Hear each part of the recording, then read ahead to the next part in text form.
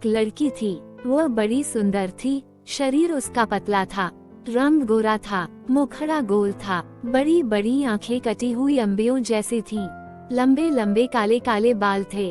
वह बड़ा मीठा बोलती थी। धीरे धीरे वह बड़ी हो गई। उसके पिता ने कुल के पुरोहित तथा नाई से वर की खोज करने को कहा। उन दानों ने मिलकर एक वर तलाश किया। न लड़की ने होने वाले दूल्हे को देखा, न दूल्हे ने होने वाली दुल्हन को। धूमधाम से उनका विवाह हो गया। जब पहली बार लड़की ने पति को देखा तो उसकी बदसूरत शक्ल को देखकर वह बड़ी दुखी हुई। इसके विपरीत लड़का सुंदर लड़की को देखकर फूला न समाया।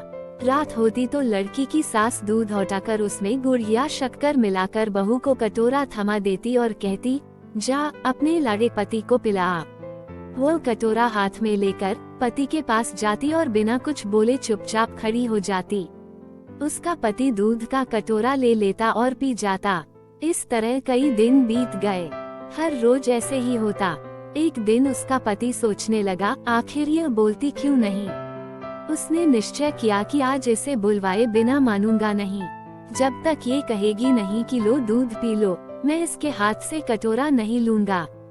उस दिन रात को जब वह दूध लेकर उसके पास खड़ी हुई तो वह चुपचाप लेटा रहा।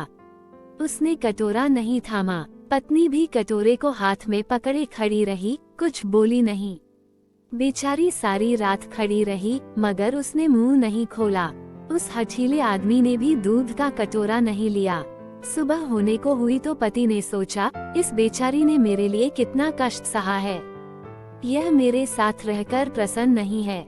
इसे अपने पास रखना इसके साथ घोर अन्याय करना है। इसके बाद वो उसे उसके पीहर छोड़ आया। बेचारी वहाँ भी प्रसन्न कैसे रहती। वह मन मन ही कुड़ती। वह घुटकर मरने लगी। उसे कोई बीमारी न थी। वह बाहर से एकदम ठीक लगती थी।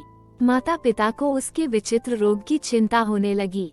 वे बहुत से वैद्यों और ज्योतिषियों के पास गए, पर किसी की समझ में उसका रोग नहीं आया। अंत में एक बड़े ज्योतिषी ने लड़की के रंग रूप और चाल ढाल को देखकर असली बात जान ली।